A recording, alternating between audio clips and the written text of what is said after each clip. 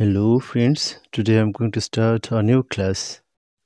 My today's class will be on sentence transformation, and the main focus of my class today will be on transformation of affirmative sentences into negative one.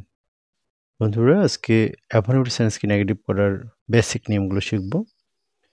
প্রথম যে নিয়মটি রয়েছে সেটি হচ্ছে affirmative sentence যদি only দিয়ে শুরু হয় তাহলে নেগেটিভ সেন্টেন্সে কীরকম পরিবর্তন আসে আমরা একটু দেখব।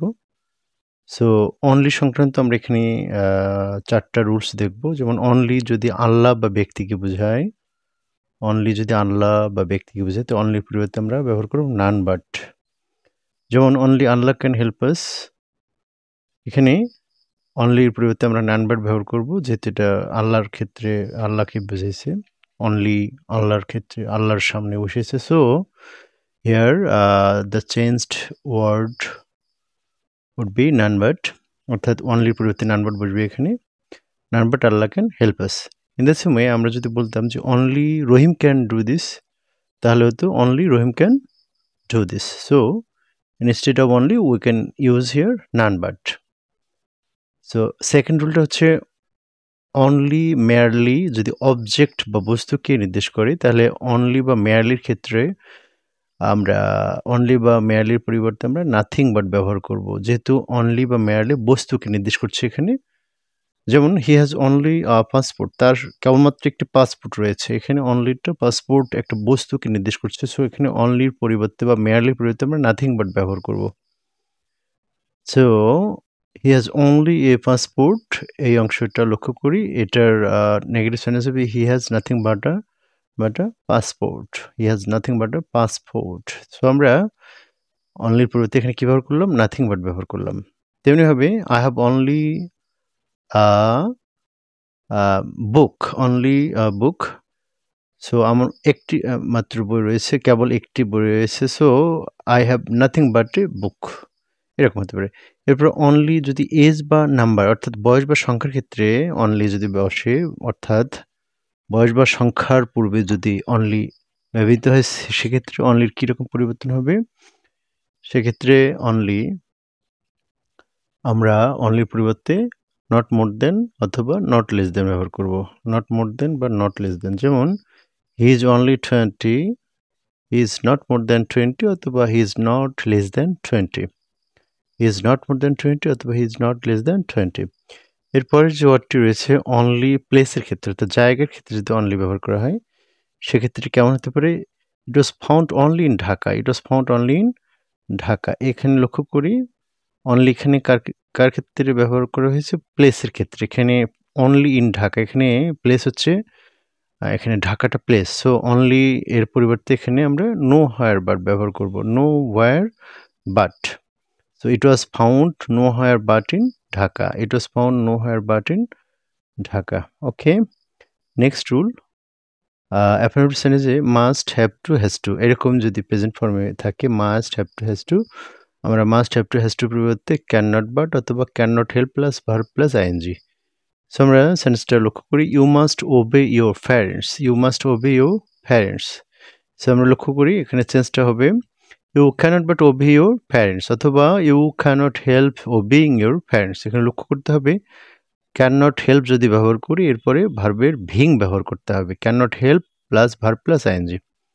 You can not but obey your parents, you can not help obeying your parents. So এই নিয়মটা আমরা বুঝতে পারলাম। এরপরের রুলসটা হচ্ছে যদি এই must, have to, has tour past form হচ্ছে হ্যাড টু। সো এই হ্যাড টু যদি অ্যাফার্মেটিভ সেন্টেন্সে থাকে, যেমন I had to go, I had to go, I had to go, এখানে যদি এটা থাকে তাহলে এর নেগেটিভ ফর্ম হবে কুড নট বাট।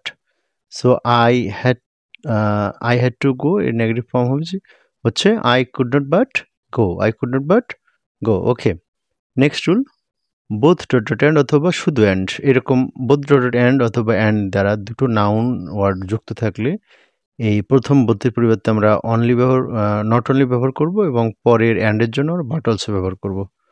সো আমরা পরিবর্তন লক্ষ্য করি, he is both a player and a singer. So এটার নেগেটিভ ফর্ম হবে হি is not only a player but also a singer. He is not only a player but also a singer. সেখানে not only but also পরিবর্তনটা লক্ষ্য করতে হবে। প্রথম বোথের পরিবর্তে not only, পরের অ্যান্ডের পরিবর্তে বাট অলসো। ওকে, এরপরে এভরি অথবা অল দিয়ে যদি সেন্টেন্স শুরু হয় সেক্ষেত্রে পরিবর্তনটা কেমন হতে পারে, আমরা একটু ভিন্ন ধরনের পরিবর্তন লক্ষ্য করব। There is no dot dot but plus verb. যেমন every mother loves her child, every mother loves her child, negative form there is no mother but loves her child. এখানে লক্ষ্য করেছি দেয়ার ইজ নো তারপরে but তারপরে verb বসছে, there is no mother but loves her child. এটার opposite আর একটা রুলও ব্যবহার করতে পারি, নো প্লাস নাউন এর ভাব এই রুলসটা অ্যাপ্লাই করতে পারি আমরা। এখানে কি করতে পারি তাহলে, no mother hates her child. এখানে নিয়মটা লক্ষ্য করতে হবে, নো দিয়ে শুরু করলে এই নাউন ফর্মের আগে নো, এরপরে ভার্বটার অপোজিট ওয়ার্ড, এখানে লাভের বিপরীত হচ্ছে hate. So no mother hates her child, কোনো মায়ের সন্তানকে ঘৃণা করতে পারে না। এরপরের রুলসটা হচ্ছে every plus noun plus have অথবা হ্যাজ অথবা হ্যাড, এরকম যদি থাকে। Every rose has a thorn, প্রত্যেক গোলাপের একটি কাঁটা রয়েছে। সো এরকম বাক্যে there is no rose but has a thorn, but has a thorn, অথবা no rose is without a thorn, there is no rose but has a thorn, অথবা no rose is without a thorn. Okay, এরপরের রুলসটা হচ্ছে as soon as, স্কেয়াসলি had, hardly had, এরকম দিয়ে যদি affirmative sentence থাকে তো এটার নেগেটিভ হবে, আমরা পাস্ট পারফেক্টে নো সুনার হ্যাড যেমন ব্যবহার করে শিখেছিলাম, সেই no sooner had plus then এই স্ট্রাকচারটা ইউজ করব। সো সেন্টেন্স লক্ষ্য করি, as soon as he saw me, সে যখনই আমাকে দেখলো বা সে আমাকে দেখা মাত্রই, he ran away, he ran away, এটা নেগেটিভ ফর্মে ব্যবহার করব। No sooner had he seen me then he ran away. এখানে লক্ষ্য করি নো সুনের পরপরে হ্যাড, এরপরে সাবজেক্ট, তারপরে ভিতরি অভাব, এরপরে হচ্ছে অবজেক্ট, তারপরে দেন প্লাস বাকি clause, then he ran away. So এরপরের যে নিয়মটি, affirmative word as leading word.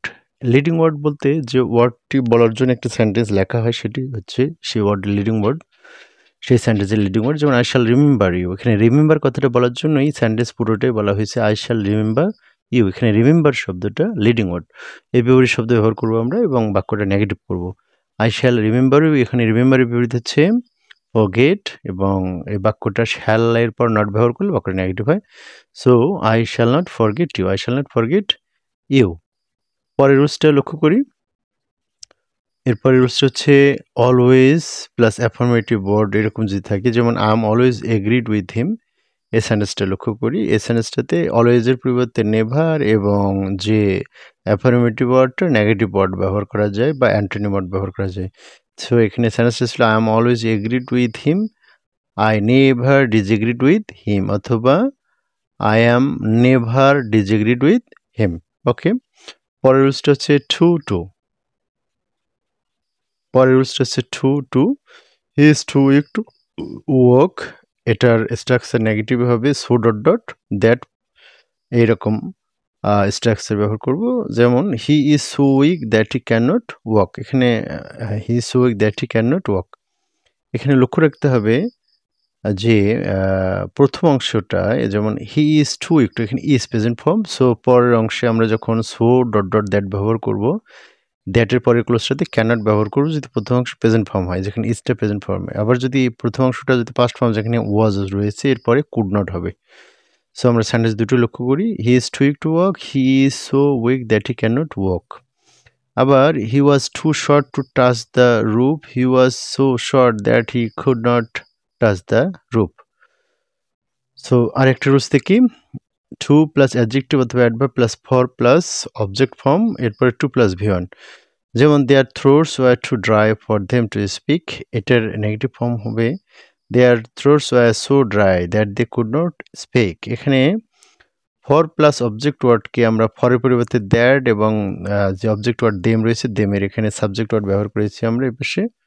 যেমন their throats were so dry that they could not speak. So বন্ধুরা, আজ এই পর্যন্তই, আমরা 12টা রুলস দেখলাম। এর পরের ভিডিওতে আমরা বাকি রুলসগুলো দেখব।